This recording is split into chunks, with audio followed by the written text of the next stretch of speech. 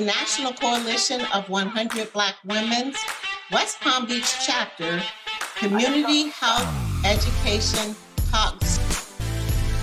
We would like to take the opportunity with this program to highlight health issues in our community. And our lead champion for health equity. Welcome, Dr. Lewis. I grew up without health insurance and knew firsthand what it meant. Ken, we want to thank everyone for joining this session this morning. Thank you for joining us for this virtual Childhood and Family Obesity event that's taking place and hosted by the National Coalition West Palm Beach Chapter Health Committee chairs that are represented by Charlotte Leonard and Sabrina Cooper, and also the Education Committee chairs represented by Shalandra Shepard and Sonia O. Presley, myself. Our intent this morning is to bring you health awareness to our local community. We've been doing it for the past couple of months, actually quite a few years. But this morning you get a special treat because this is just focusing on the childhood and family obesity. We know we had an event earlier this week at Pleasant City, so we are thankful to collaborate with the Boys and Girls Club to bring you this great mission here that we're doing. Speaking of mission, the mission of the National Coalition of 100 Black Women is to advocate on behalf of Black women and girls to promote leadership and development in gender equity in areas of health, education, and economic empowerment. Now, our vision is that Black women and girls, yes, we will all live in a world where socioeconomic inequity does not exist. So that being said, let me run down this morning's agenda for us so we know what we're looking forward to. Again, thank you for joining. Today's agenda is as follows. We're going to kick off with the local health data and by Family and Consumer Science agent Yasina Rodriguez, who's with us in the session. Then we'll move into giving attention next to nutrition and healthy eating, which will be presented by Ms. Rojean Williams and her dietitians. Then we'll break for a lunch, and especially for those, and I shouldn't say break. Good morning, not that I unmuted. Good morning. So good morning to all. So I work for the University of Florida, the Family Consumer Sciences. I'm nutrition and food safety extension agent. I found some statistics on childhood obesity. So what is childhood obesity? So childhood obesity is a serious medical condition that affects children and adolescents. It could start children on a path to health problems such as diabetes, high blood pressure, and high cholesterol. So this graph got it from the Department of Health. They did a study the school year for 2020 and 2021 for first, third, and sixth. So as you can see, we have underweight, healthy weight, and overweight and obese. So as you see these numbers, the underweight is not too many, but if you compare from healthy weight to overweight and obese, they're not too much off, okay? So when I seen this, I was kind of quite surprised. It didn't show what schools they did this at. I was trying to do a little bit more research. I think it maybe did an overall of Palm Beach County School District. So then I tried to find some middle and high school data. The only thing that I could find was this one that was the latest 2020. So as you see on this graph, it's comparing Palm Beach County versus Florida, okay? So like Palm Beach County is 26.6 of middle high schools that are obese compared to 29.4 of the state of Florida. So hypertension, so there are some complications. So this is more for like the adults. It can cause heart attack, and cause kidney damage, and it can cause to have some stroke. So this is an example of what our normal vessel is supposed to look like. It's supposed to flow freely. Okay, so once it starts to get narrow and the blood vessel starts to step up. Okay, so that's when we start, if you have any hypertension problems, you start to feel maybe some of these symptoms. So hypertension is also known as blood pressure. So these are adult numbers. So they did Palm Beach County versus Florida. And the statistics that I was able to find was between 2015 to 2019. So overall, it is going down, okay, but it still is kind of high. This is diabetes. This is also for the adults, okay? So between Palm Beach County and Florida overall. So cholesterol, this is what the normal, okay, what is supposed to, our blood vessels are supposed to flow like. Once we start eating unhealthy foods, okay, so like processed foods, fried foods, sweets, those are the foods we want to avoid because they can cause it to start clogging up, and we don't want that. So we try to focus on more healthier fats like avocado, salmon, walnuts, pecans. So these are some foods that can help us if you have high cholesterol, or if you want to avoid having high cholesterol, to implement more healthy fats versus the unhealthy fats. This is just a picture of My Plate. So My Plate is a tool that is used so that we can use to help us pick healthier food options. It does depend on your age, your gender, and how physical active you are. So besides eating healthy, we're supposed to exercise. We're supposed to at least have 60 minutes per day. And you can split that up. It doesn't always have to be a straight full hour. So as families, you guys could do grocery shopping together. Some kids, there's programs out there that do nutrition lessons, okay? Because since I work for University of Florida, I do nutrition lessons for kids, and then there's another sister program that do nutrition lessons for kids. And I know sometimes we introduce healthy snacks. So these healthy snacks, some of the kids said that they never had before and they actually like it. So we try to introduce them to like zucchini, squash, broccoli. And some of the kids said that they never had it and they actually liked it. If your child is telling you that they want to try something healthy, you know, encourage them, or you can also encourage them to try healthy food. So you guys can go to the farmer market together, grocery shopping, and while they're at school, you know, the school also offers healthy food options as well. If you guys have any questions, you can please always feel free to contact me at my email or my phone number, and I could always get in touch with you all. Thank you, Ms. Rodriguez, for that presentation there. So just a little facts that we can see what's taking place here in the state of Florida in comparison to Palm Beach County. It seems like from what you showed in those stats, some of those numbers, we're just like right up under the radar, but we're still, you know, up there, and we want to get down, and definitely don't want to reach that 29% that's at the state level. So more that we can do, the better off with this information. Has been helpful. So thank you very much for that. Next, we'll move on into our next topic here. We'll be giving attention to nutrition and healthy eating, presented by Ms. Rojean Williams, and the dietitian. Good morning, everyone. Good morning. We actually lost our internet connection for a brief second, so we had to reconnect. So I just want to make sure that everyone can see us. Yes, ma'am. Okay, perfect. My name is Rojean Williams. I'm a registered dietitian, and I have the pleasure of being here this morning with my twin sister, Ronice Weaver. Good morning, everyone. Who's the executive director of Hebni Consultants, kitchen of Ronice's house, where she does a lot of Zoom calls and demonstrations with the community. We're just so grateful and thankful that you've invited us to be a part of your program this morning. Yesenia, thank you again for some basic information and introductions about really what health issues are going on in the African-American community. And I must say, as a dietitian, I've seen things not necessarily get better now that we're post-COVID, at the end of COVID. Most of my colleagues and a lot of friends of yours may have been home for 2 years working remotely. And we gained a lot of weight, y'all.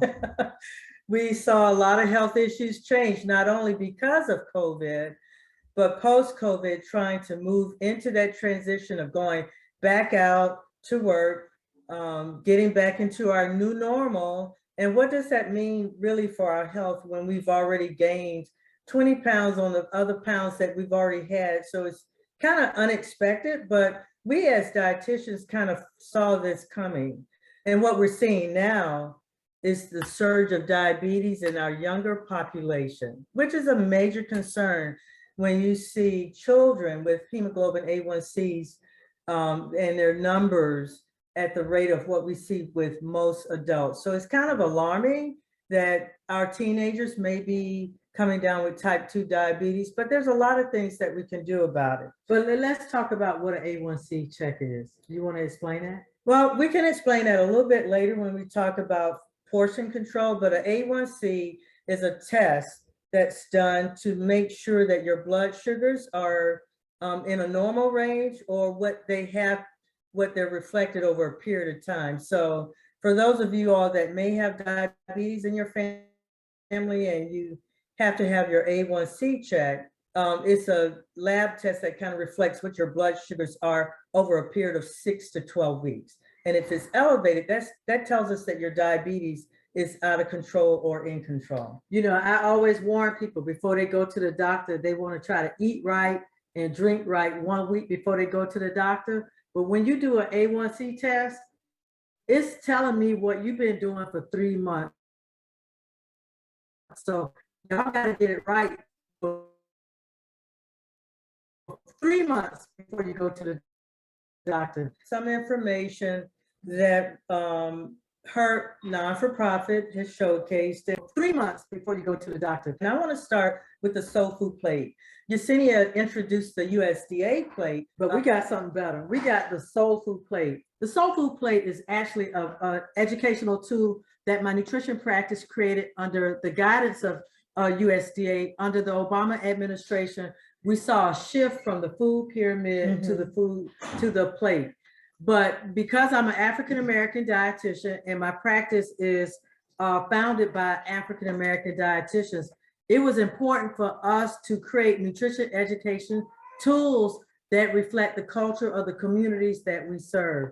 So we created the soul food plate, and it looks like a large placemat, but we see us on it, and we see the things that we like to eat. And we also integrated the food label on the back, because many of us talk about serving sizes, and we think a serving of rice is 3 to 4 cups when we go to a Caribbean island store and they put like 3 big, 4, 5 spoonfuls of rice. That's not a single serving, y'all. It's not. And we also added the hand jive method on the soul food plate. Let's talk about why you went in this direction of formulating, and why is it important for us to have a soul food plate? We need to see us in nutrition education. We see everybody else, but we wanted to design this for communities of color, including our Caribbean neighbors, our Haitian neighbors, and all of our Latino friends, so they could understand how to eat cultural foods that have been passed down from family to family. Because I've always said, you know, our counterparts say sometimes soul food, a lot of fiber. If you look at the African diet, it is full of fiber, great in protein, and it's excellent sources of vitamin A and C for you. So why should we give this up? Now, we've gotten here and been here for what, 200 years, 400 years? And we started adding more grease, more sugar, and more salt. Yeah. And we eat in the fast food lanes, and we live in food swamps, and also some of us live in food deserts. And those food deserts are those communities where you can't get quickly to a grocery store. And when we live in food deserts, it's disappointing to me that our zip code determines our health outcomes. So I need everybody in this room today to be advocates for their family, advocates for their community, and be the nutritionist of the family. Now, I'm not asking you to be the food police or the food po-po. That's not what I'm asking. But there are some things I want you to do. So I talk about cheat days. Tomorrow gonna be a cheat day, y'all. I know y'all got that ham ready. I know y'all got that turkey coming out of the oven. And I know y'all got some peach cobbler. Yes. So let's talk about portion control for a minute. But on our hand jive method, we focus on a couple of things. And this is everything that everybody can do. Because the real goal, Renice, is to get folks to stop eating out of bags and boxes. Yeah. If you're eating out of a bag, even if you have it at the office. I see my friend here with the blue shirt, she just a smiling. And if you're eating out of a box, and you're bringing a lot of bags and boxes home with items in it for your family to eat, you may be eating too much sodium, sugar, and fat. And so those are the things that we really want to focus on. But on top of COVID, on top of the economy, now we have to deal with high prices. So how do you eat healthy with all of these issues that we have to fight with? I got the solution. I want you to eat with your hands. And I'm not saying put the fork and knife down, but what I want you to do is use your hands as your guide. Look at your fists. This is 1 cup. So when you eat rice, potatoes, corn, grits, collard greens, 1 cup is a serving. It should be What the if I size got of, a big hand, Renee? well, that's for a man. That's use your hand. I always tell people, use your hand, not your baby daddy hand. Your hand. That's your guide for your food portions. When you look at meat, it should be the size of the palm of your hand, not your fingers, and about the thickness of your hand. Oh, wow. Let's So see. your husband got big hands. Your baby daddy got big hands. Your significant other got big hands. Their portions are bigger based on their body size. Don't look at their plate and start comparing Mhm. that they got a bigger pork chop than you do. It needs to be the size of your hand. When you eat snacks, now I know we were watching the Final Four and basketball season is getting ready to come, or we might just be watching golf, no matter what it is. When you're eating snacks and you're watching Queen Sugar on TV, you should use your hands as your guide. This is a snack. I don't care if it's Oreo cookies. Oh, so I can't do this? No. You No. sure? I can't do that? No. No. The thing is, I'm not saying no, but I'm saying yes to portions. Even if it's grapes, it should fit in your hand. If What they happened? fall- What if they happened? fall off your hands, Oh, okay. it's not Can I- yours. Not yours. Put it back. Put it back. We want you to eat within your portions, whether it's Oreo cookies, peanuts, walnuts, almonds, grapes. It should fit in the palm of your hand. It's all about the portions. Let's shift real quick Okay. and go in this order. Let's start at the supermarket, the grocery store, wherever you shop. And then we want to move to cooking in the kitchen and then finish out with portion control and how we're going to plate our plates for Easter dinner. But I think Renee said tomorrow's a cheat day. Let's talk about that cheat day for a minute. It's 365 days in the year. Okay, and we got to get this right. So we got to focus. We got to focus on when we're going to cheat and when we're going to do right. So what days can I have? Okay, I want you to sit down after you bless your food and say, amen. Thank you, Lord. You look at your food on your plate and say, am I eating good or am I eating well? So you mean if I've already plated my plate with my Easter dinner, you're telling me I need to evaluate what I'm eating before I start? I want you to be. Or should I start conscious- while I'm plating? You start while you're plating. But there are some cheat days that you have that I will give you. Your birthday, Thanksgiving, Christmas, Easter, anniversary. What about divorce day? Hey, yeah. If you getting divorced and you got to celebrate, go for it. But those are your cheat days. I will give you 20 out of the year to cheat. 20? Just 20, 2 a month. We could do that. 2 days a month. About 2 days a month, okay? That you can have a cheat day. The rest of the year needs to be focusing on eating well. And you say, I need to add leafy greens in my diet. I need to eat more salads. And I'm going to eat meat that's the size of the portion of my hand. And I'm going to bake, broil, and grill my foods and watch my portions. You're going to start losing weight. Well, what happened to all the soul food? It's whatever it is you want to eat. I didn't say no to the soul food. Okay. I didn't say no to it. So we want you to focus on the preparation method. Let's start at the grocery store. Okay. Because I think it's all about selection. Actually, if I can just ask a quick question while you all are touching on the preparation of food. First of all, thank you for all your suggestions. I think that they are great suggestions.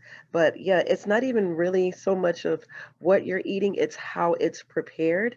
And a lot of times people feel like they're going to sacrifice the taste of the food or the integrity of the food, just by taking different things away. A lot of time condiments are what push those calories over. And I find that if you substitute, say brown is absolutely great, brown sugar, agave, a lot of times the white is very high in sugar, and sugar and sodium is always going to be your top priority. So yeah, I agree with you. You can eat whatever it is you like, watch your portion, but try to change the way that you're preparing it, because that's going, and also how you're ingesting it.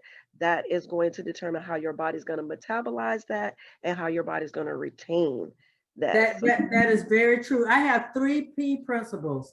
It's about what you purchase, how you prepare it, and how you plate it. If you remember the 3 Ps, purchase, prepare, and plate, it makes a big difference by the time. So let's give the audience some examples of purchasing, some things that we typically would purchase that we should probably look for. And those are things like things that are lower in sugar, maybe things that are lower in fat, or things that are sugar-free. And learning how to read a label is really important, because if you are looking specifically for things that you can help to lower your salt intake, lower your fat intake, and lower your sugar intake, you have actually started winning at this game. Now, salads is a great example. We like to eat salads, and I don't really care what kind of salad you have, because green is your friend, whether it's kale, whether it's spinach, whether it's romaine, but stay away from iceberg. The nutrition value of iceberg lettuce is very minimal. You want dark leafy green. The darker it is, the better it is for you. And we need to add color. Eat from the rainbow. Add some beets to your salad, some red tomatoes, yellow tomatoes, red, yellow, and green bell peppers. And there's nothing wrong with adding fruit to your salad. That because we want a wet salad. Right. But when we talk about salad dressings, we pour it. We drown it. You're eating the dressing, not the salad. So what we want you to do is flip that label over. And I could put $20 on the table right now. If you go to Walmart, Publix, Winn-Dixie, I don't care where you go, look at all the salad dressings in the grocery store. Each one of them will say 2 tablespoons is a serving. So we don't read labels. We got to focus on reading the label and understanding the portion. And one simple trick with salad dressings, if you pour it in a small little cup and not pour it on your salad and just dip it, you'll find that you'll use less salad dressing. What other tips that can we share with? If you make your own salad dressing, now you control the fat and the sugar. That's a vinaigrette or something to that effect. What about purchasing meats? With meats being so high, what are some good substitutions? I've actually shifted over to eating more ground turkey because finding lean ground turkey is so easy to find in the grocery store, and it's an easy fix. Ground beef is high right now, but also if you buy that ground beef in the package and you can't see through it, y'all leave it in the store, leave it on the shelf, don't buy it. It's cheap, but it's gonna kill you. It's 45 grams of fat for every serving that you eat. So you might put some burgers on the grill, but if you eat the second burger, now you got 90 grams of fat, and you're just inducing the heart disease. Okay, so I'm scared about mushrooms or something like that as a substitute. Yes. What about just beans? I can't afford the red meats anymore. And fish is almost out of the question. We need to fall in love with eating beans. Now, I don't care what kind of bean you eat. It could be black beans, pinto beans, chickpeas, but it's what you put in it. My father-in-law loved pigtails and ham hocks, and I've snuck it in, and I just use smoked turkey necks in many of the things that I cook with. Or if you want to go totally vegan, you can use a vegetable base to season your beans and your vegetables, and make sure the sodium content is not too high. But that's one way of doing it and making it heart healthy. So when I switched him out on smoked turkey, I didn't tell him. You know, women have a propensity to tell it all, and we want everybody to know. Oh, you know, I put some smoked turkey in there. Just put it out there, let them eat it, and watch how much they enjoy it. And don't tell. You know, Bill Clinton said, don't ask, don't tell. We don't need to give up the secret sauce. Just put it out there and make it look good. So if I cut back on my red meat intake and increase my intake of beans, am I missing out on any valuable nutrition? No, not really, but you want to make sure you complement that with complementary proteins. So if you eat beans, you need to eat brown rice. And I'm not talking about white rice with gravy on it. I'm talking about real brown rice so you could get the fiber in it. Those two items complement each other and they get absorbed better into your system. So if you've not had a love affair with eating brown rice, Mahatma rice, if I were you, put it in the oven. You have to put additional water in it so it can swell up properly. And why is my mama sneaking behind the camera? Oh, I'm getting me a cup. Our 96-year-old mother is trying to dip out of the camera. Go ahead, mama. And yeah. Okay, let's shift to carbohydrates and what are complex carbohydrates versus refined carbohydrates. A lot of people don't understand. They think carbohydrates that it's an open field of choices, but we really don't understand that carbohydrates turn to sugar. Regular foods that we shouldn't eat turn to sugar. The fruits that we eat turns to sugar. The juice that we drink, that turns to sugar too. But to keep all of that in perspective and under control, we need to eat more complex carbohydrates, whole grain foods. Right, things with more fiber. If it's brown rice, brown pasta, it's not gonna kill you, y'all. Or whole wheat pasta. Whole wheat pasta. Whole wheat pasta. When it cooks, it looks like white pasta once you sauce it up. I don't tell anybody I use brown pasta. I just put it out there. And in terms of breads, is there a particular choice of breads? Because a lot of breads have a lot of sodium in it. Some breads are 15, 20 grams of sugar, and there's other breads that have 45 grams of sugar, which is equal to really 3 slices of bread. The sugar content is really high. So I think we sometimes forget that you may have 1 slice of toast, but if you haven't chosen the healthier version of bread to make toast with, for example, I had a bagel this morning. I turned the label over and I was like, wow, this whole bagel had 56 grams of carbohydrates. That's almost equal to 4 slices of bread. Yeah, that's so what high. I did, I just chose to have a half a bagel with my avocado spread on my bagel, Right. which was a healthier choice. I think if we go in with the attitude that I am going to eat less and then modify the way I cook it, you do better. Do you need to see a dietitian? Of course you do. But if you just focus on smaller plates, smaller cups, not this big cup, because when you compare the two, we drink iced tea, we drink Kool-Aid, but and juices out of this size or even bigger every day. But this is your juice cup. And juice should be once a day. Right. I want you to eat your fruit, not drink your fruit. And what I tell a lot of my clients that I speak to, I would prefer for you to drink your juice in the morning, 4 ounces, no more than 6, and the rest of the fruit you have, eat that throughout the day, whether it's in a salad or if it's an apple or an orange. Cut those fruits up, throw them in your salads if you can't find a way to eat them otherwise, And put or even put water. them in your water for a nice beverage. So we've talked a little bit about shopping. Get away from the bags, get away from the boxes. But it's also important if you can shop around the perimeter of the store, or if you find that some of our grocery store prices are too high, I also go to farmers markets where the produce is a little less. And sometimes if the produce is called the ugly produce, it's still good produce. You're gonna cut it up anyway. You're gonna cut it up and cook it anyway. So let's talk a little bit more about kitchen cooking and preparation. You talked about baking, broiling, but what are some things that we can do to really reduce sugar, reduce fat, reduce sodium when we're cooking? One key thing, all of us have a stainless steel pot.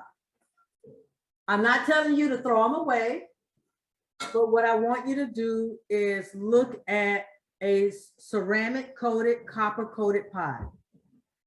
Invest in your health, even when it comes to your pots and your pans. If you got a stainless steel pot and your food sticks, what do? Add more oil. Mom would say, turn the temperature down. You're cooking on high too much. Wait, you may be cooking on high too much, but if you add more oil to it for it to unstick, you're adding more calories to your food. Absolutely. So I want you to invest in a really good set of pots and pans that don't stick. They could be cast iron, but I love the copper pots and I love the ceramic coated titanium pots. Or like the green pan pot? I love the green pan. Go to Target. They sell them a lot. And your food will not stick. Even your grits won't stick. When your grits stick to the pan, what do? Add more butter to it. So no, we want things that stop your food from sticking. When you buy those kind of pots and I put a beautiful cut of salmon in it, I get the crispiest sear on my salmon and it tastes like it's somewhat fried because we like that crunch. What about air frying? I love air frying. I have an air fryer and I use it as often as you can, but let me tell y'all about air frying. If y'all got a convection oven, you don't need an air fryer. I don't want you to waste your money, spend something better on your health because a convection oven at 400 degrees with the fan blowing is still an air fryer. I did not know that. Yeah, because an air fryer is nothing but high heat with a fan. So think about it. Maybe ask your significant other for a new stove. You are investing in your health for your family. That's how you get a new stove, y'all. All right, Renice. What else can we share with the group about kitchen preparation and making those healthy substitutions? Get everybody involved. This is not just me eating one way and the rest of y'all eating another way. Slowly add the changes. Change your milk slowly from whole milk. That's the red can. The red top. My partner in my practice for 4 years never told her husband he was drinking low-fat milk. His mother made a hot pound cake and took it out of the oven. He said he wanted a glass of milk. And she said, well, baby, all I got is this low-fat milk. And he said, you know, I don't drink low-fat milk. She got up off the sofa and said, you've been drinking it for 4 years. That's why I said, don't ask, don't tell. She took the red top and switched it off for the blue top and never said nothing. And she got him to drink low-fat milk and he did not know. Right. So you got to add some tricks. Sounds like he didn't read the label because it does. He wasn't reading labels. Yeah. He wasn't. Many of us don't read labels, but we really do need to focus on understanding what a serving really consists of. That's why we want you to eat with your hands. So are you basically saying that if we continue some cultural trends in our family, if we have fried foods occasionally, if we have sauces, and even if we didn't switch our salad dressings, we could still cut back on calories? Absolutely. Yeah, just with portion control on. If you focus, I think the trend that I see a lot, many of us skip breakfast. Yeah, and we wait until it's Easter dinner at Big Mama's house at 4 o'clock to eat our first meal of the day. And you've actually robbed yourself of having an opportunity for your body to metabolize calories properly. So when you pile up and eat up once a day like that, and even if that's really a bad habit, you're asking your body to metabolize 1,800 calories or more over a shorter period of time when you could have been burning those calories off all day long. And that's how your brain and your body actually works when you talk about metabolism. And so introducing breakfast, lunch, and dinner. And sometimes, you know, you've got all kind of concepts. People say, I don't eat breakfast. Well, if you got some leftover dinners, that's nothing wrong with eating a little bit of leftover salad with a small portion of meat at breakfast time. There's no rules of what you have to eat. We just want it to be healthy. We want it to be a variety of different things. And it should be timed out. Right. Protein will sustain you. It stops you from getting so hungry so fast because you tend to grab something quick, which is generally another carbohydrate that makes you really, really hungry. Right. But if you eat breakfast and a modest breakfast and a modest lunch, you will not overindulge and get the itis with that dinner. And you've actually spreaded your meals out throughout the day. And the itis is a symptom called satiety, where you feel so full for such a long period of time. We know what that is. We go to sleep. And we go to sleep. But your food is digested in a particular process. It starts with your mouth, and by the time food gets to your stomach, your carbohydrates are going to be the first thing that's going to empty out, protein second, and fats last. So when we eat high fat foods, it stays with us a lot longer than what it should. And it takes it longer for you to digest it and going to the bathroom where you are pooping things out, because we normally should have bowel movements once or twice a day, but the average American doesn't because we're eating so much food that's processed and high in fat. That's right. That's right. So lastly, and I don't want you to cut your cameras off. I want to talk about desserts for a second. I will not remove the red velvet cake. And who is that? Michelle clapping her hand about desserts. I will not say no to desserts, but I will have this rule that we do enforce. It's the 1 finger rule and the 2 finger rule. So I'm going to put my finger up to the camera. That's how big your cake slice should be. That pound cake, yeah, Michelle, that pound cake, that carrot cake, the red velvet cake, it should be a thinner slice. You should be getting about 30 slices on any kind of bundt cake that you make tomorrow. Now, pie, I don't care if it's Patti LaBelle pie or peach cobbler pie or apple pie, 2 finger rule. Don't do the Vulcan. We want 2 fingers together, and that's your serving. So you should get about 15 slices on a normal pie, maybe up to 18. But if you're doing 5 slices on a sweet potato pie, shame on y'all. Y'all going way overboard. But if that's part of your cheat day, you gotta learn to walk away from it and get back on the wagon. So you're telling me that a normal Patti LaBelle slice, if I'm not It's like the mistaken, width of your hand. yeah, but that's about 400 calories. Yes. And that's about 400 calories that you would consume with a normal meal. So Right. a normal meal average is semi-healthy, 400. For women, 500 calories. Yeah, and then you add on a 450 slice. you've pie, already killed the day.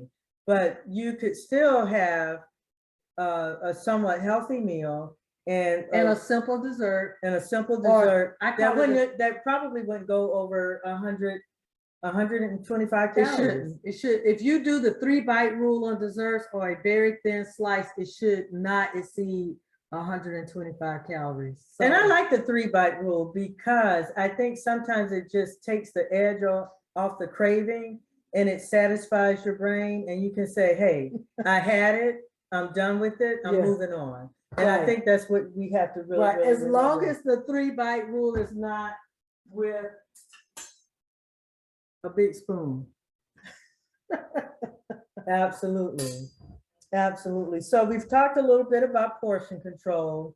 We talked about the hand jive. We talked about the 3 bites. Are there any other tips and tricks that we can constantly be mindful of when we're talking about soul food and keeping culture and traditions in our family? We know the obvious. We want to cut back on fatty meats, red meats, ribs. Oh, we didn't talk about barbecue ribs. 3 bones.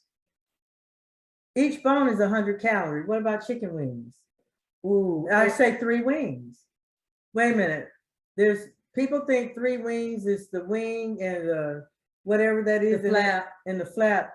No, we're talking about 3 The drumstick. the 3 little miniature drumstick. It's still 100 calories. When you go to Chili's, I don't care and you what order, way you spin it. yeah, when you dip it, it's 110 calories. So 3 little drumette wings is called portion control. St. Louis rib with the nugget, I would say just go with the rib and not the nugget on the top of it. Yeah, you could. Yeah, so two ribs, no more than You're talking three. about the rib tip. The rib tip. So if you're gonna have one big rib with a tip, I think that's portion control. But chicken, remove the skin. What's your thoughts about dark chicken versus chicken breast? My favorite is dark meat. I pull the skin off, but I always buy boneless, skinless chicken thighs because of the moisture content that I get from it. The fat gram difference is only 2 to 3 grams. But if I eat one thigh, that's a single serving. 2 or 3 One thigh, not a leg quarter. No, that's not a single serving. Okay. Yeah, unless that's a really, really bony chicken. I'm not Yeah. sure what store you bought that from, but. Well, you know, sometimes you'll find some of the, I call it steroid chickens. I try to stay away from oversized, supersized chicken parts because they've been injected with hormones to get them to slaughter faster. And I think that has been part of the problem why we see our children that are as big as adults or look as older than we did. If you remember, we were all thin and skinny when we were younger, and we gained weight over time. But this generation behind us, they're gaining it faster because I think some of it is because of the steroid injections that we're seeing. Right. The farmers are trying to get meat to market the fastest way they know how, so they can get it to store to get paid. Right. But we're ingesting that. So I really do try to stay away from supersized, oversized chicken, especially chicken. That's a little scary for me. I think we can open the floor for questions at this time. If we have any questions from the group. I have one. Now I know the challenge today is technology. So what are some ways to motivate kids to get and stay fit and active outside of the home? Rojean? There was a time when you all came home, when we all came home from school, Mom made us change our clothes and we had to put on our play clothes and she would tell us to go outside and play. But I think now we're living in a day where we have to keep an eye out on our kids. And if we have exercises, because you don't need all of the equipment to make them exercise, they need to be exercising with us, whether it's sit-ups or doing push-ups or using their body at home. But also there are a lot of communities that recognize that there's a problem in not having sidewalks and parks for their kids to go to. And we need to go to the park with our kids and walk.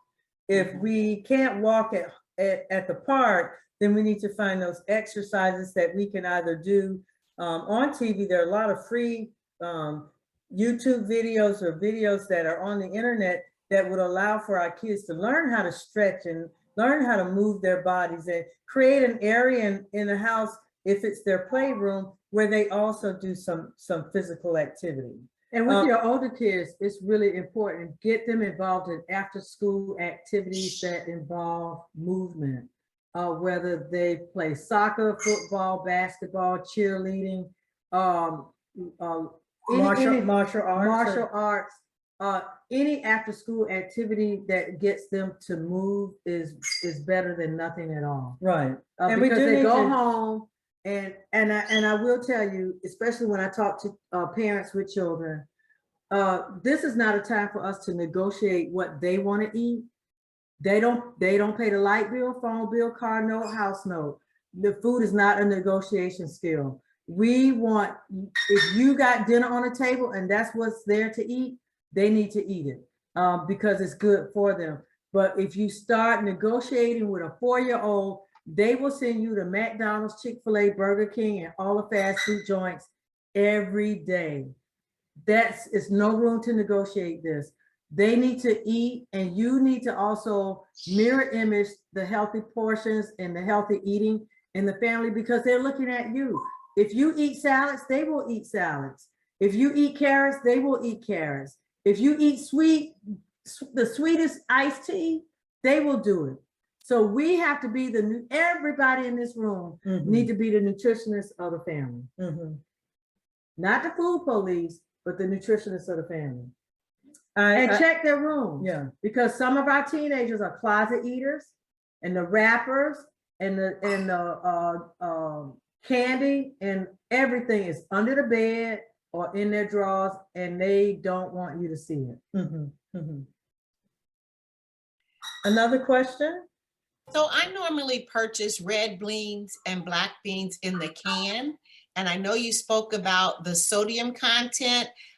Do you recommend we not eat a lot of the canned beans and do more of the fresh? I just know they take longer because you got to soak them and do all those other things. But what do you recommend for those? For one simple tip, just rinse them. Just rinse them. The nutritional rinse all that water out of it and start with a fresh pan of water. Especially if you're making like a salsa. And I would prefer to make a salsa if I'm going to use black beans, using a canned bean product because it's already pre-seasoned. Yeah. I mean, we realize that time is not everywhere for us to use. So the canned products are fine, but I generally always rinse them.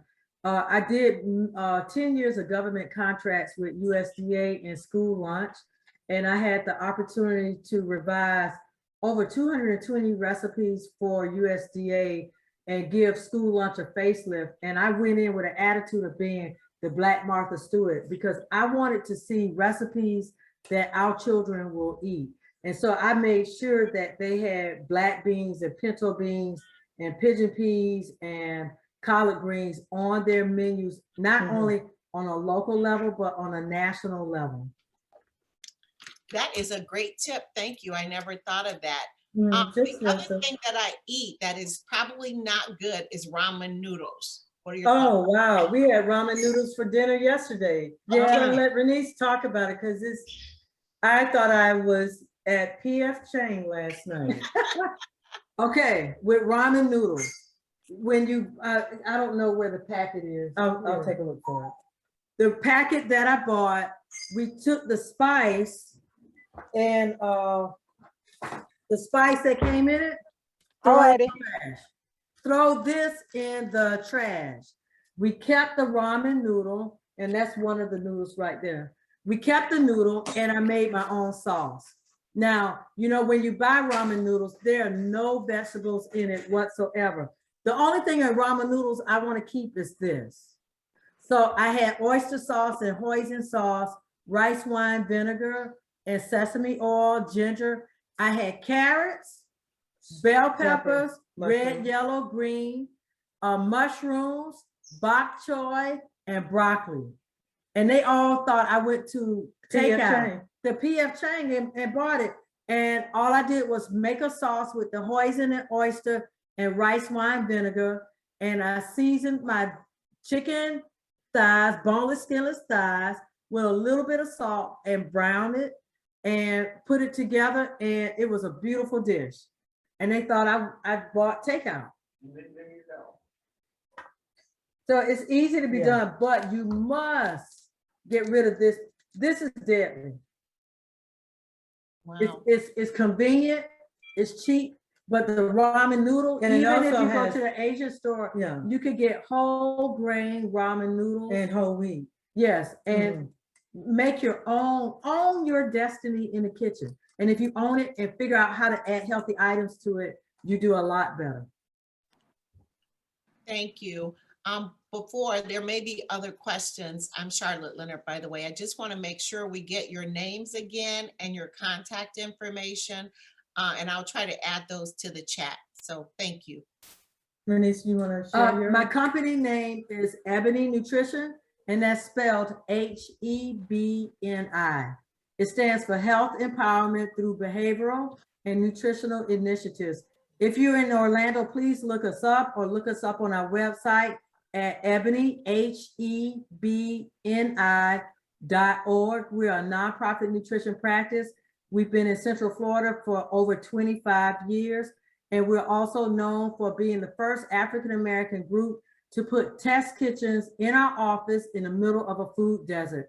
So we have a nutrition resource center that is for us, by us, educating communities of color through programming.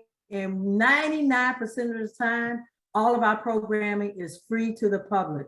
We do cooking classes. We do 8-week wellness classes with people in the community. And you have a Wednesday live class. And we have a Wednesday live class on Instagram and Facebook, Wednesdays at 11 o'clock if you like to view that. Every Wednesday, we're always there. And you can look at all of our past postings also on Instagram. And we're noted for having the first and only mobile farmers market on a city bus. So we distribute and provide nutrition education to communities of color that live in food deserts and give them access. And we look at those social determinants that what stop us from being healthy. So we provide produce to those communities at very low cost because our sponsors sponsor it, and people get on the bus. They think and you're not going for a ride. You go on the bus, it looks like a shopping store. You buy your produce and you get off and you use EBT or credit cards or debit cards to do it. So we're just really proud of the fact that over 25 years, we provided over $6.5 million of programming in our community. And the one thing as adult women on this talk today, we really need to see the next generation of Black dietitians. And one of we the only things, make up 2% of Black dietitians, and I've pushed Renice in her office to launch a dietetic internship so that we can create that next generation of African American dietitians, because we can go to a lot of hospitals, community sites where healthcare is being provided, and we will not see an African American dietitian because there's so few of us. The same thing applies in mental health. We don't have enough Black psychologists. We don't have enough Black dietitians. We don't have enough Black dermatologists to look at some of the issues that affect our health. And when we're looking for a provider, they're very difficult to find. They're out there, but they're very difficult to find. So we encourage you to get our high school men and girls and boys, men and women, and our college kids at our HBCUs to look at the fields that are not serving our community the right way. We're only 2%. So if you get sick, you're gonna see someone who don't look like me and don't talk like me. It's really important that we engage. And they also may not be understanding our culture. It's something that we have to teach them as well in terms of how to educate and not make us feel like, well, I've lost everything that I've eaten all my life. I can't eat this anymore, but it's not. We don't want people to throw soul food plate out the window and start with carrots and bean salad. There's things that you can keep in your family, traditions that you can keep. It's just all about portion control and making it heart healthy. Hi, my name is Ruthie Smith. I have a question. You were speaking on, the school lunch program. I remember when the food was being prepared there at the school. I remember that, the collard greens, the fresh green beans, all of that stuff. But now I have 3 granddaughters, and the problems that I see in my household, the food that's being served at school, they really don't, not just them, but it's a lot of kids that don't like or don't eat the food. And by the time they get home, they starve. Dinner is prepared, they're starving. Then they want to overeat, or they don't want what you cook. And then they want to home in on other stuff that might be there in the household. What can be done to God knows, help me in my household? If you have a child that beats you home, it's really important that you engage with them early on. My children started cooking with me in the kitchen in 3rd grade. So when they get home, I teach them how to make their own snacks, or they make their snacks the night before and put them at the bottom of the refrigerator so they can reach them without making a mess. And I also try to get them to prepare things that won't burn your house down. That's really important because you got to lay your head somewhere. But if we get our kids engaged in the kitchen at an early age, they understand the nutrition model that they need to follow. And it's true. The school systems have gone to a cook chill system where they warm up everything and they serve it and they get it out. But I am seeing a shift where many of our school systems are going to scratch cooking again and make sure that the food content of fat, salt, and sugar has been reduced, but it's not across the board. It's expensive to a degree because they have to bring in chefs and culinarians to provide those food ingredients. But it can be done, but it's going to take time to get that to happen. But it's really modeling that parents need to do to help our children eat better and understand. Yeah, you can have a Snicker bar once in a while, but that's not your meal for the day, or a honey bun and a big gulp before you go to school. That does not work. And because I'm seeing children, type 2, 12-year-olds on 4 different medicines because they got type 2 diabetes and hypertension, and they're getting bullied as well. And we got to fix this, and we got to fix it early. Okay, thank you.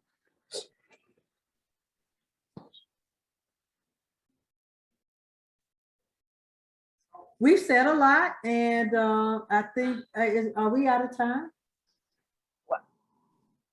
Actually, you're not out of time, but thank you for that. I guess I have a question. You've spoken about, meat and all, and I was going through the ground turkey, and now I've kind of just let that go and back to seafood. What's your take on that? Like, for those of us who love seafood, and I'm not talking fried seafood. I'm talking your oysters, your lobster, your shrimp, your raw. From a dietitian. Generally, those foods are very, very low in fat. If you're a pescatarian and you want to go on a pescatarian diet, that means you're not eating red meat and you're not eating chicken. You're really making fish and seafood, if you don't have any allergies, a large majority of what you eat in terms of protein. Very lean, very healthy. I don't think there's a problem with salmon unless you're salmon's very high in omega-3 fatty acids. Salmon needs to at least be in your diet as often as possible. But when you're pregnant, there's some restrictions with that because of the mercury. I mean, we can't control where our salmon is coming from, but we can actually just make sure that our portion control, that salmon is not high, it's not a high calorie food. It's about 55, 60 calories for an ounce compared to a steak that would be probably 110. So you can cut your calories quite a bit by shifting over to seafood. The problem with crustaceans, shrimp, lobster, those kind of things that have claws are high in cholesterol. So those things need to be in moderation. If you have something called hyperlipidemia, or elevated cholesterol, or if you have gout, or if your doctor has put you on statins to lower your cholesterol. Because the cholesterol, it's a balancing act. You don't want plaque developing in your arteries from eating foods that are high in cholesterol, but you also may have a family history of hyperlipidemia, and you're just going to be on statins or a lower drug to make your cholesterol lower anyway. But the key to balancing all of that is moderation. Thank you. I have a question. I think I was on mute before, but the soul food plate brochures that you sent, Ms. Rojean, thank you so much. And all of the registrants who are with the Boys and Girls Club, they will be getting in a packet. It's a lot of good information on there, but I have a question, personal question. Is there a over-the-counter test kit for A1C tests? And over-the-counter tests. Yes, right. you can get those at Walmart, Walgreens, or CVS. It can read your A1C within minutes. And it costs about, I believe it costs between maybe $40 and $50. In the doctor's office, you might pay way over $100 for that lab test, but an A1C at home is far cheaper, and it also allows you to monitor it. Just remember, an A1C test measures your blood sugar over a 3-month period. So you don't want to check it every week. It's just every 3 months if you're, Or maybe even just diabetic. twice a year? Or even just twice a year if you're going to the doctor for labs. But it's just a simple finger prick, and you want your A1C to be under 6. So if my hemoglobin is 6 or higher, or even, my A1C is 6 or higher, that tells me that you're possibly leaning into becoming a pre-diabetic. So, or you're already at the stage of pre-diabetes where your fasting glucose is 110 or higher. So by the time you're hitting 120, 130, 140 with a fasting glucose, you've been introduced to being a diabetic. And all of these things can change with diet and exercise, keeping your carbohydrates down. I'm not sure if Renice has several books. I think they're still on Amazon or on the internet that you can maybe download or purchase. My practicing partner and I've written 6 diabetes cookbooks for the American Diabetes Association for the last 20 years. We're in our last print run, and we're hoping to revamp our book and get it on our website so people can enjoy the recipes that we've posted through this cookbook. The Diabetes Association has suffered a big blow due to COVID, and they really just kind of stopped printing many of their diabetes cookbooks. But when we had the opportunity to do a book for them, it's called the New Soul Food Cookbook for People with Diabetes. So I encourage you to look for it. Try to grab it on Amazon if you can, because it's soon to be out of print. I think because we're in a digital age, our next move will be to post many of our recipes up on our website. All right, thank you for that. We had one more question, Dr. Smith. Good afternoon. I had a question regarding, we're talking about the fish, because I stopped eating pork a long time ago, and I've recently stopped eating red meat and trying to get rid of the chicken. So I'm doing more fish. But I was told that the bottom feeders were the fish that we should not really intake, because I knew we grew up on catfish, and even with the shrimp and the shellfish, those are things that we shouldn't indulge in either. So I want to get your professional opinion on that. What's your input on the bottom feeders?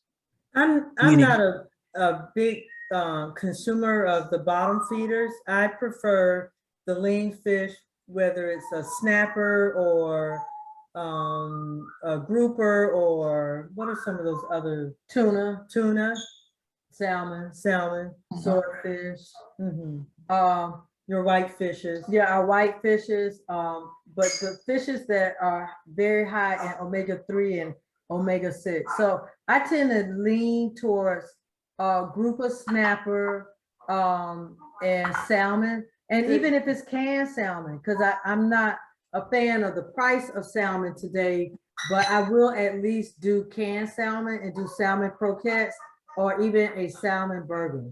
But a lot of people are also shying away from tilapia for some reason. Yeah. It's imported quite a bit. If you eat tilapia, you just want to make sure it's farm raised. But I'd rather have a fish that's going to give me my bang for my buck, and I want the omega-3. So I go with salmon. That's my go-to fish every day. Awesome, thank you. Sister, it's interesting. You said go with farm raised. I know, some of us like wild caught is always the best when it comes to seafood. Wild caught, I will agree with that one too, as well. Thank you. Well, some wild caught fish has more of a gamey taste to it, but it's still, especially wild caught salmon, yes, but it's still good. Yes, wild caught salmon tastes a lot better than farm raised. Matter of fact, once you eat it and you eat salmon a lot, I know for me, I prefer it over farm taste and can almost tell the difference. Oh yeah, you can tell the difference immediately. All right, well, thank you all so much. I don't see any other questions, any hand I was raised. gonna ask another Thank one you more for the- question. Oh, go ahead. Sorry. Oh, I know we didn't touch on beverages. We just had an event recently with the children, and one of our dietitians was there, and she was showing them a graph of how much sugar is in all the popular drinks that we Oh my tend to God. drink. So I Yeah. find myself drinking more water, with lemon. Sometimes I'll put other, veggies into or berries to give it some other flavor. And the sugar substitutes, I understand that the sugar substitutes are not healthy because of the ingredients. And what sugars would you recommend? I'm doing the stevia or the guava for things to add sugar or honey. Would you recommend them or not? Stevia is fine in moderation. I would not use any other. I used to be a big supporter of Splenda. I'm not anymore. The verdict still is not out on the healthiness of Splenda and Equal and those sugar substitutes. So I use stevia in my coffee, but when I'm drinking beverages, I've gotten to the point where if you've gotten your kids used to drinking carbonated beverages, then you might as well go and buy a soda streamer and make carbonated water and throw some lemon and other natural fruits that can sweeten it, and they will think that they're still drinking soda, but they're just drinking flavored water that's been carbonated with 0 calories in it altogether. I find it very refreshing if you take a carbonated beverage, and even if you don't want to do the carbonated, Renice bird is singing. That's that background noise you all hear. She has to go tell her to shut up. You can just have regular water and put some cucumbers in it, and it is a very refreshing flavor versus regular water. In terms of sodas, I personally only buy sodas when I have guests coming to my house. All of the beverage of choice in my house, I buy a quart of orange juice, a container of orange juice. I live alone, so that's my juice for the whole week. So that means I'm not drinking 16 ounces of juice every day. And any other beverage that I'm drinking, it's water or flavored water with either some herb or fruit or Basil, lemon or basil, strawberries, mint, or infused cucumbers. water. And it's a good habit if you can teach your kids to use that, or even if you put a splash of juice in it, even if it's mango nectar or cranberry juice, but get them off sodas. 1 can of sodas typically has 12 teaspoons of sugar in it. It's a lot of sugar. Yeah. And Mountain Dew, I think, if I'm not mistaken, is the worst culprit in terms of sugar content and caffeine.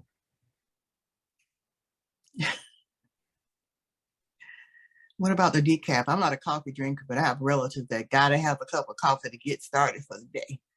So Well, I'm one just of like- them too. I have to have that 1 cup and it gets me going.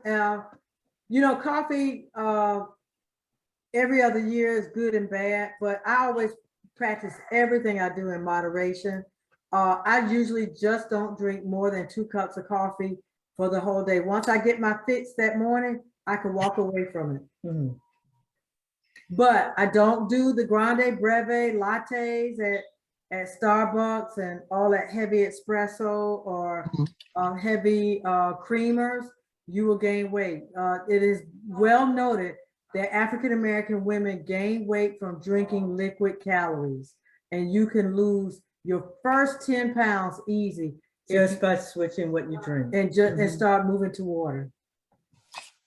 Awesome. Thank you. Yes, thank you. It seems like that's all of the questions. Thank you, sisters, both for presenting. This was an awesome presentation. Thank you for having us. Yes, it definitely will be in playback. So stay tuned for that.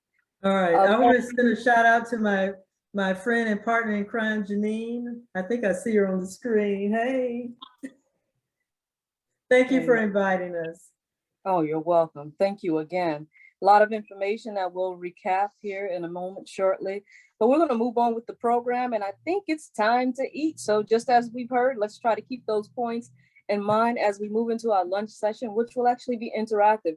So this gives you all, ladies, let's take a moment to stretch. Yes, indeed, it was an awesome presentation. Stretch for a moment, go grab your water bottles. Those of you from the Boys and Girls Club that got your treat yesterday, infused water it is. I have my lemon water here. I'll probably change and get something else. And let's go and grab our snacks. If you have your lunch, we're gonna welcome you. Come back here in 5 minutes and we'll continue on and just with some of those tips and see who we could talk and have a discussion before we finish up the program this afternoon. So the time is now 12:14 at 14 minutes after. Let's reconvene here at 12:20 on the dot. Thank you.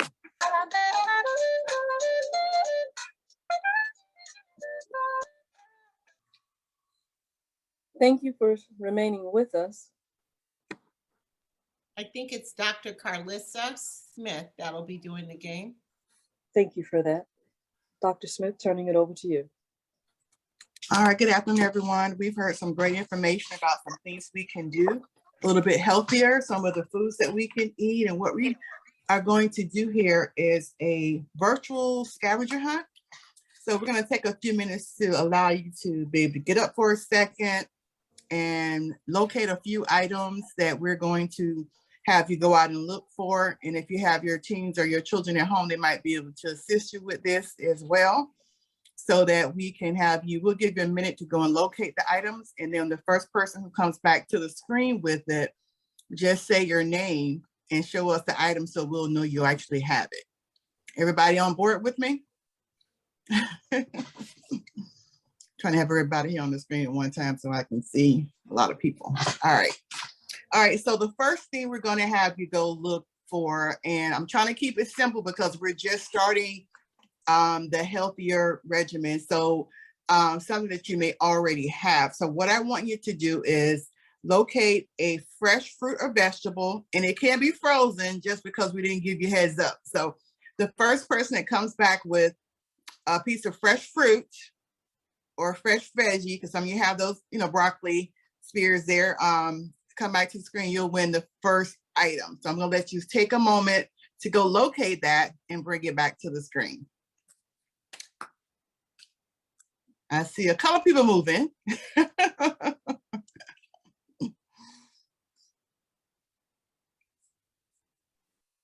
Dr. Smith. All right, so what we have? All right, so we have a banana, we got an apple. So you have those fresh fruits around there. That's a good thing. So the first person back with the apple was Yolandi. Is that an A or E? No, Yolanda Coat. Okay, I see another apple. All right, awesome. So we got some fresh fruit. That's what I'm talking about. I know the dietitian mentioned that we should shop outside of the store. All the fresh fruits and all the things that we need are on the outer aisles. When you walk through the store, in each aisle you find stuff that's processed, so we want to kind of get in the habit of probably taking on more of our fresh fruit. All right, so Charlotte came back with, I can't tell if that's a peach or orange. I can't tell what it is. All right, well, thank you for participating. So the first person back was, I have her name, Yolanda. And then I think the second person was Cheryl. Okay. And then we had some more to come in after that. All right, so the next thing, this is for those I think that have already started making some changes or just getting information about making some changes in your overall health for you and your family. I'm going to ask you to locate a health book, or it could be a magazine.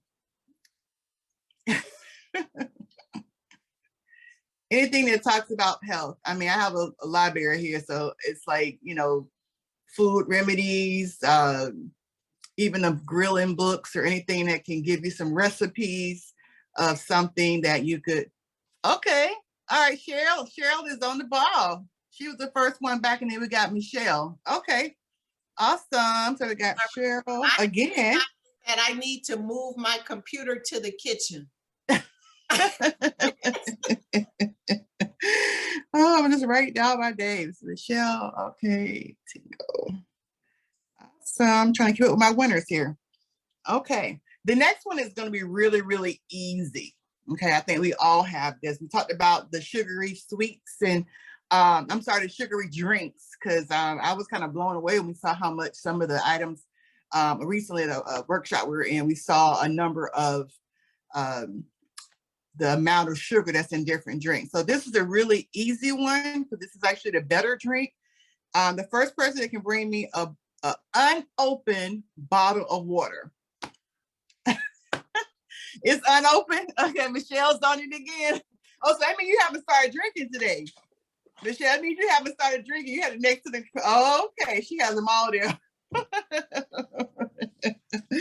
All righty then. So she is on the ball. She had the water lined up, ready to go. So you weren't prepared for that either. So okay, so Michelle has the water. All right. So this one can apply because I know we, all kind of do this, or we, have it for our family members. Let me see, who can bring me a bottle of vitamins? Any kind of, for you or your family members? I think we're all taking some kind of vitamins. Somebody's on already. All right. So that's Rose. Okay, Rojean is right on there. it. Rojean is. Cheryl, you standing in the bathroom or the kitchen? You got everything right there. But Rojean got a bag too. I don't know. These girl ladies are on it. They're on the ball. All right. And then Cheryl has hers too. So you guys already have a great start. You're already working on, having a healthier home. And that's awesome. That's awesome.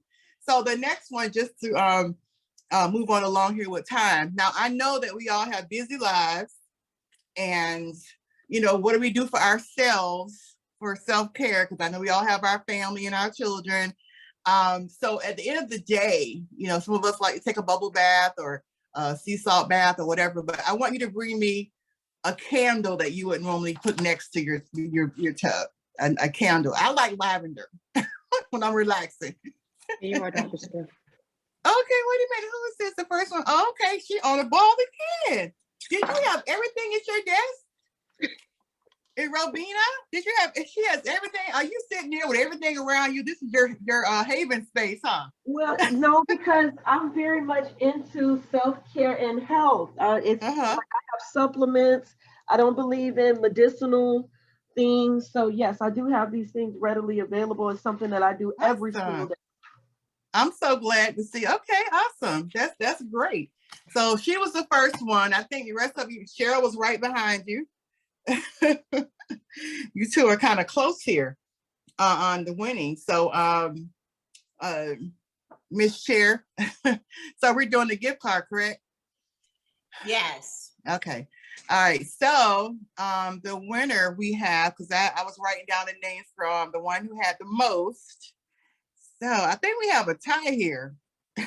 I think that'll be fine. I think, yeah, if we have a tie, that's fine. I think it's really close between Cheryl and Rovina. So both of you will get a gift card if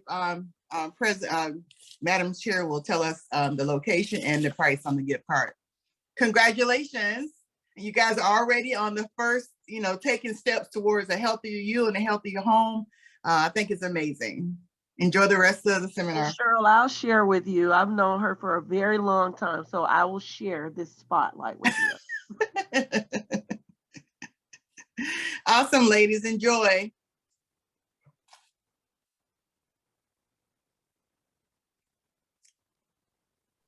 Back over to you. I think it's Sonia or Madam President Charlotte.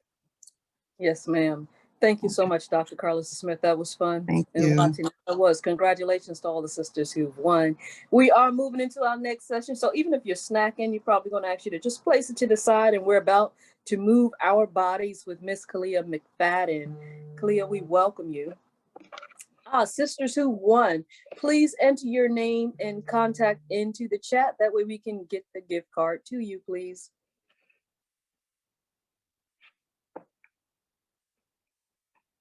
And they can send it to the host, right? Send it to the host. Yes, you can send it to the host. And okay, that way. The host. Yeah, or the panelists. Okay.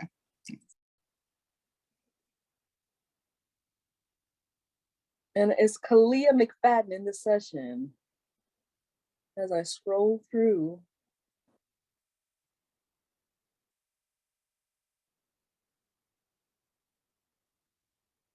All right, well, we're going to continue on, and if Kalia hops in, we'll join. For now, we're going to go through our own little movement exercise.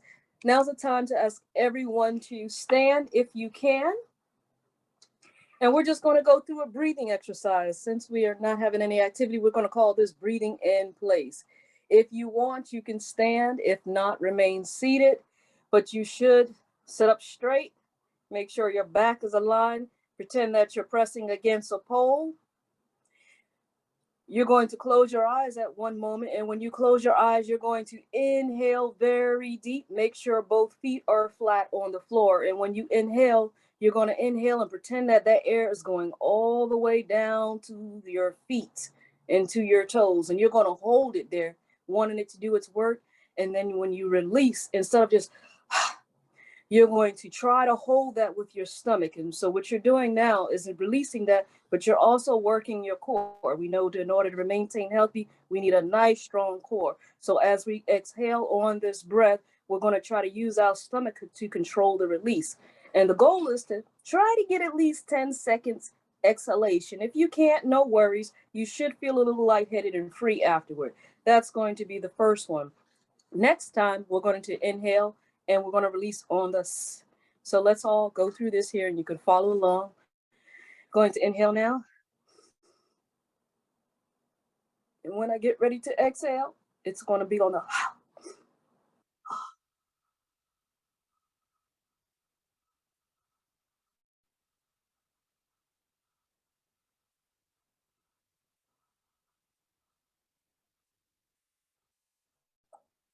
If you find yourself straining on that breath as you're releasing it, because you know, as we're starting to lose breath, I feel like we're choking. The key is to suck in your stomach and you'll be surprised. It gives you more, it'll extend. You'll be able to endure and get that breath out without stressing your head. On that next one, we're moving a little fast here, just follow along. We're going to go through and do the S. Now it sounds like a snake. So this time when you exhale, instead of going the giving the breath, you're going to exhale on a, so it's going to sound like you're releasing it, but you're going to release it again slow. And again, just when you feel yourself running out of breath, start sucking in your stomach and let that breath just ride on out. On the count of 3, 1, 2, 3, inhale.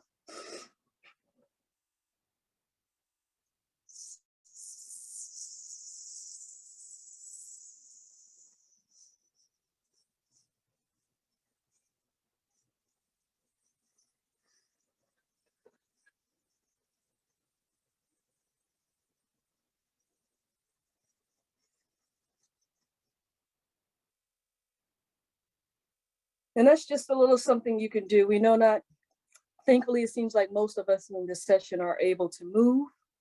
And yes, I see a comment coming in, does lower your, hello, thank you. That's why we do it. Yes, to lower that blood pressure, keep that stress low, and to keep that oxygen going through the body and stir up everything that's going on. So if you find yourself in a position sometime when you're working, you just cannot get up and step away from your desk, you can close your eyes and go through those breathing techniques. And it's just a way to help you cool down, keep those levels, and also keep the body going. All right, at this time, it seems like we're going to move on into our Q&A session. Thank you so much for being a part of this wonderful program this morning, Childhood and Family Obesity event. We know we've gotten some great talking points, at least things that we could take back and apply in our lives and share with our family and also friends. We're now moving into the question and answer side. So I invite you to take yourself off of mute and let's just have a discussion, maybe on what you've heard today. Maybe there's some more points that you want to share. We definitely want to circle back and just share some of the key points that we've taken down since the beginning of the session. At this time, I'll ask Madam Chair Charlotte Leonard, did you have any comments? I just wanted to thank everyone this morning for joining us.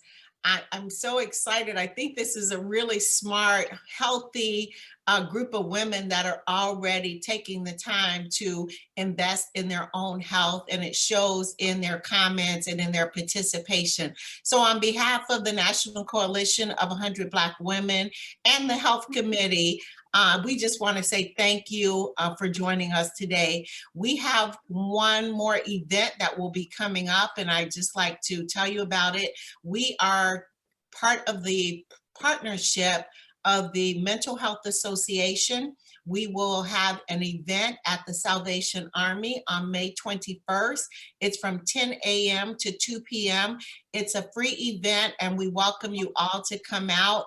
There will be organizations present at the event sharing resources and information on mental health and providing just some suggestions and, as I said, paraphernalia on how to deal with and how to manage mental health in our community. So again, thank you all again this morning for coming out, and I'm going to ask my initiative chair, Ms. Ardise Johnson, if she'd like to, at this time, share anything with the group.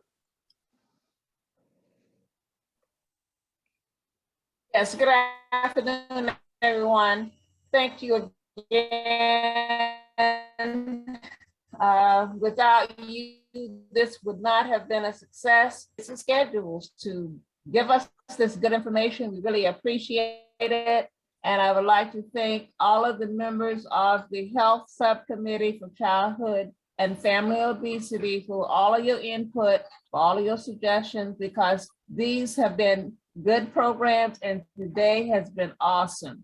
Thank you so much. I'd like to add. Go ahead, I just had a comment. Oh, okay. I just had a comment.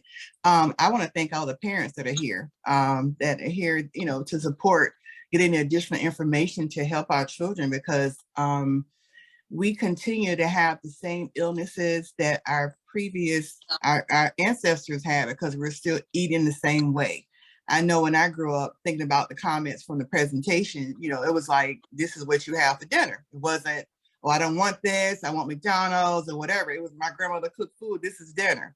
So I know as we continue to make changes as parents, and especially if the kids are younger, and let them know this is what we have, this is our dinner. And as we continue to make changes as parents, with the sugary drinks and eating more fresh foods and stuff, they become used to that, and that becomes like second nature to them. And when we educate them and they understand why we're doing it to remain being healthier, they can even explain it to some of their, children, friends. Kids can be cruel, but, with giving them the information and teaching them that, we don't eat the largest piece of chicken in the store because it has hormones or it's injected, that would help them too in school. And I mean, I don't know what it feels like to have a kid that's being bullied, but I know that by being active in a part of what they're dealing with in school, it helps the kids because they have that support and they know that mom has them no matter what, or dad has them no matter what.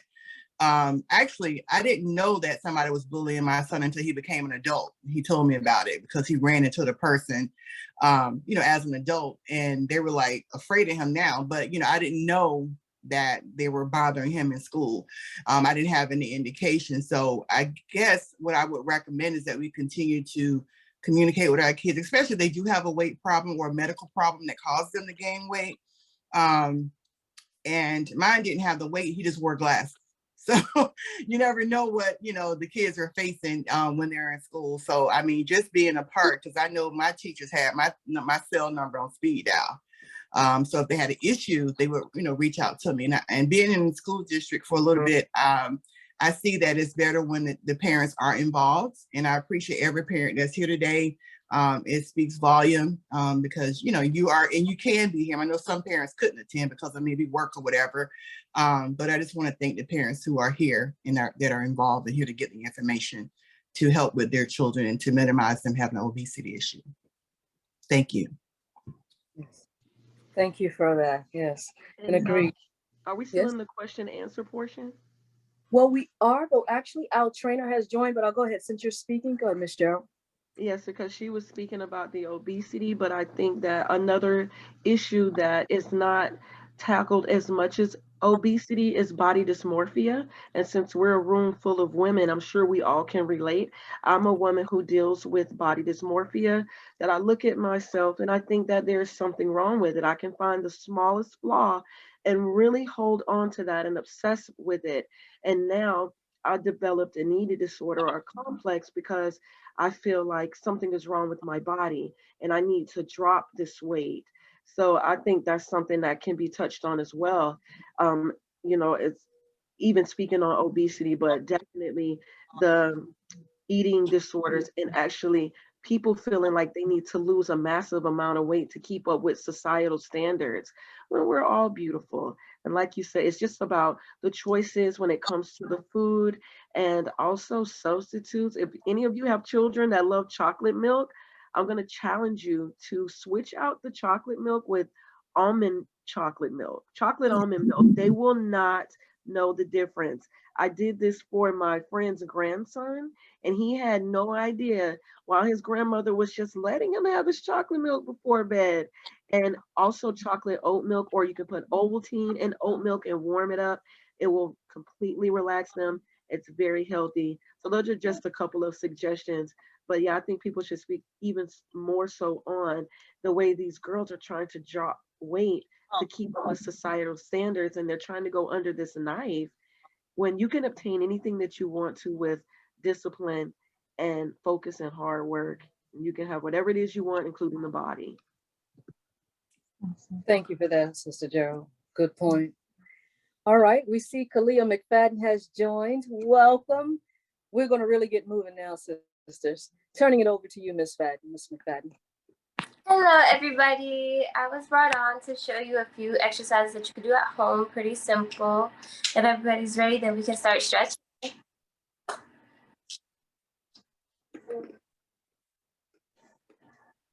So if you want, you can just sit on the floor and do some easy stretches.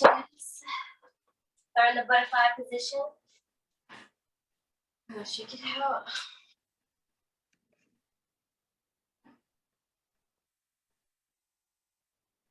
If you want, put your elbows into your thighs a bit, give you a deeper stretch.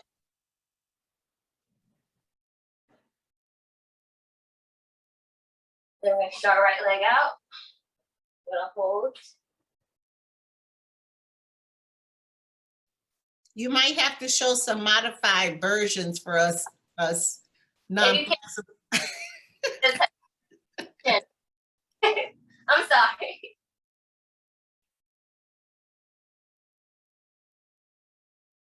All right, we're gonna switch legs.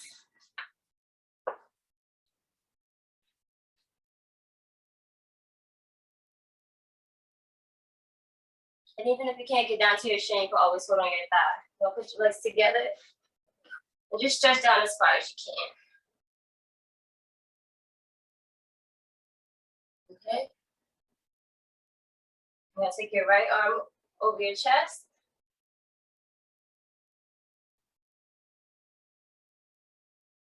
Good. Shake it out, left arm.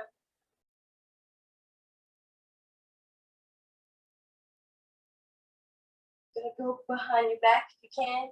It's okay if you can't go all the way. Shake it out, go switch.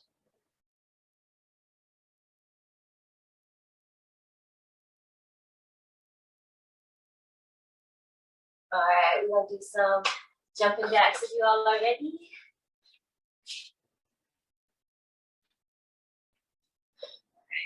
We're gonna do 2 sets of 15 with a little break in between. Okay, wait, Kalia, I see some people not standing up and moving. We're trying to get them up and moving, aren't we? Don't be changing your cameras on me.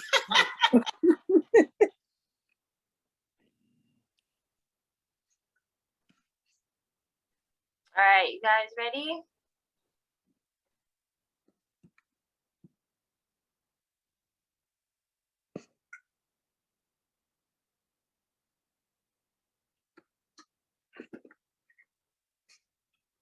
But we're gonna take a little break. Then we're gonna do 15 more and move on to the next thing. All right, everybody ready? All right.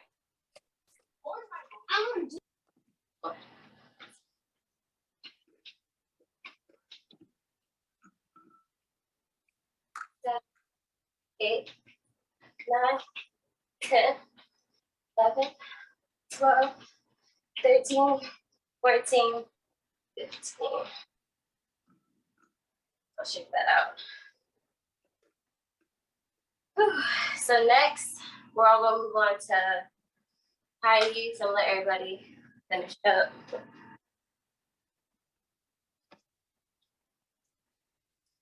And we're just gonna do this for about 20 seconds, and then we're gonna stop.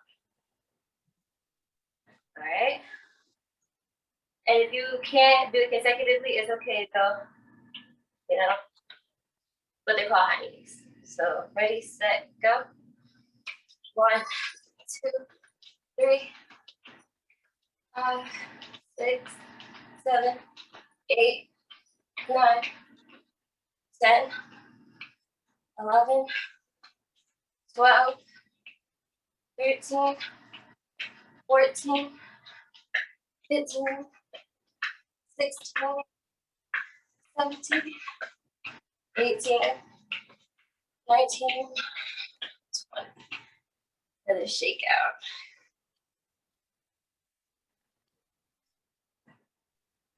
All right, take a little break, do a little stretch in between. And the last thing we have is squats.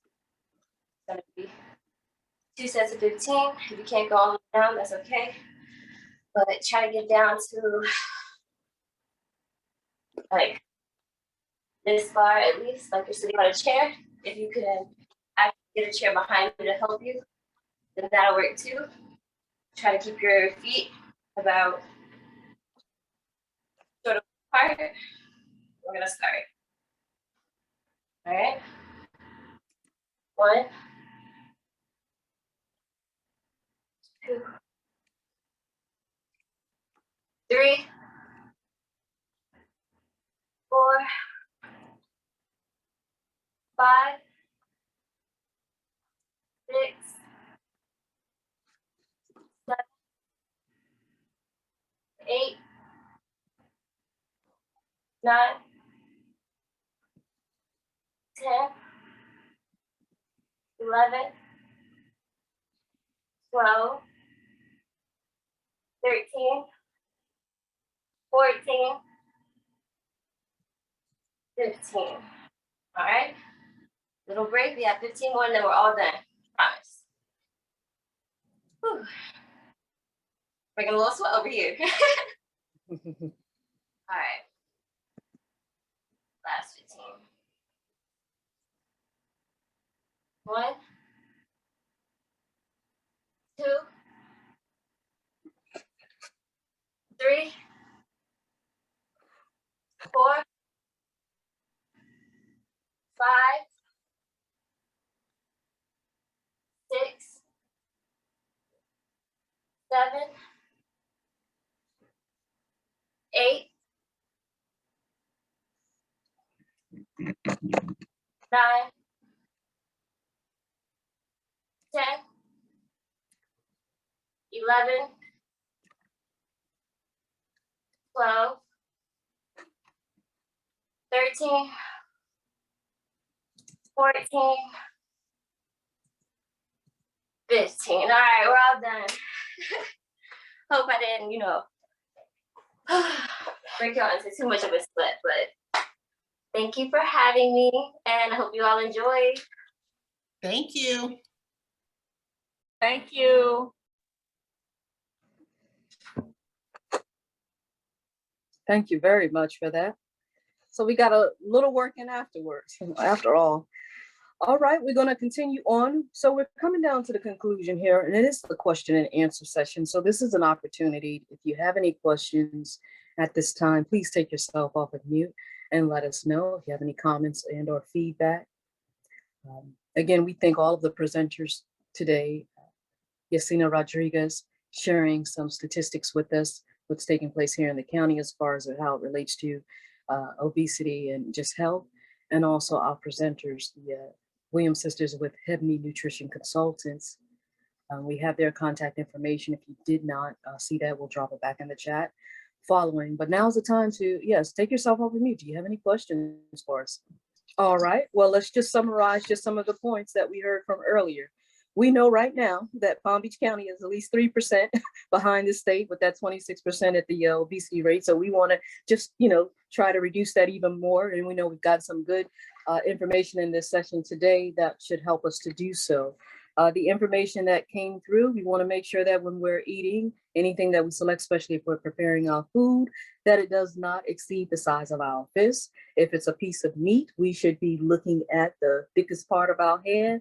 And of course, as the sister pointed out, Rojean Williams, that it should not encompass the finger. So just looking at the palm base, taking that in, making sure that as we drink our beverages, that we stay away from sugary snacks. As a matter of fact, if you do follow us on social media, there is a chart out there from the previous presentation that took place earlier this week. And that in that chart, it shows you the breakdown on the sugar and the beverages. And I believe someone this morning mentioned Mountain Dew, and it is in fact high. If you can let go of soda, period, I think is one of the best things that you can do. Even if you love carbonated drinks, I don't know, it gives you a reason to have a cold beer in that case, or get water. Not to be funny, David. Yes, let go of the sugar. Save your carbonation for other drinks. And if you can be creative, especially with those of you from the Boys and Girls Club who received the juicer, you can actually make your own little spritzers now. You can have your little lemon, throw your cucumber, all your little different fruits or whatever flavors you like into that, and have a nice flavored beverage. We heard some sisters share that how they've turned away from Splendor and they're using stevia, agave, honey, and so on to sweeten their beverages. We know the natural it is, the better. Even though if you want to say sugar is bad, we know that anything that comes from the earth, it's going to have it's going to treat us better and work better for our bodies because we're in harmony with it rather than something that's been formulated off in the lab somewhere to now trying to work our bodies. So let's try to stay be as natural as possible as that relates. We know when it comes to complex carbohydrates that we want to stick in that realm, meaning we try to stay away from those white potatoes, white rice, and things of that nature, but instead adhere to the brown rice, anything that's wheat-based or grain for those of us who may have a gluten sensitivity on that. Again, brown is good, white is bad. Just as Dr. Carly said, she had already wrapped up on that point. When you're shopping in the market, to make sure you do the outskirts, because the outskirts consider, well, one, you have the juices on the end and you have your produce. And usually anything that's healthy is around that outer. Everything that's inside, well, let's just know, we know that at some point it's going to lead us to the doctor and on medications and who knows what else. We don't want to become a statistic of that, the SAD diet, the standard American diet. We do want to get away from that. And we got good news this afternoon, because especially with that soul food cookbook. So if you do love soul foods, it's not like you have to give it up, those things that you love, but just do it in moderation. I didn't know that 3 ribs, there it is, 100 calories per rib bone. I'm not a rib eater, but my family loves it. Well, now there's some information I can take and share back with them. 3 rib bones, that's it, save the rest. So it's just, again, things to help us along the way. We learned about shopping. So if we are cooking out of pots and pans, we definitely want to try to stick to copper. Cast iron is great, but we want to avoid the non-stick. And if we are going to be using non-stick, well, let's just, again, give attention to how we prepare our food. Perhaps heat the pan. I don't know, you'll take some measures to make sure that you're not loading it down with extra butter, oils, anything that's fattening are going to be detrimental to your health. But the points that we did receive, again, using the copper pots, the titanium pots, and perhaps, yes, the cast iron, but staying away from some of the others, anything that's going to make us saturate the food, make it unhealthy. Dessert-wise, we heard that when you're eating dessert, that's a new one for me. So out of a cake, we should get 30 slices. I never heard of that. That's new information for me. I think it's good to keep in mind. I will tell you, I was a little disappointed in seeing the size, because although I'm not a dessert person, when I go in for dessert, I want to enjoy it. And hearing that it has to be this size here, it's like, oh, well, but that's good though, because again, 3 pieces, like she was saying, savor it, and you can continue, have it later. So I guess it'll stretch and it'll last longer, but we're also portion control at the dessert level as well. And of course, because it is sugar laden, we don't want to be weighed down with too much sugar in our body. So just being mindful of that, about sodium and sugar intake, and avoiding the bags.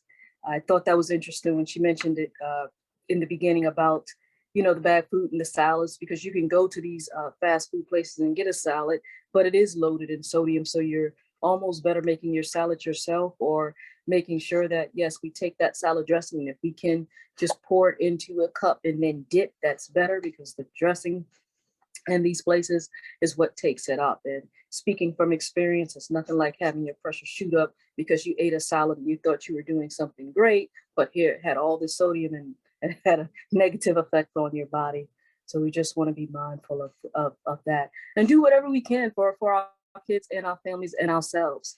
And that is all the points that I have from this session today. Would any of you others like to chime in? I'll turn it back over to our chairs of health. Sister Ardise, take it away. Okay. Oh, there she is. Sonia, you did a dynamic job as MC and wrapping up everything in between and at the ends.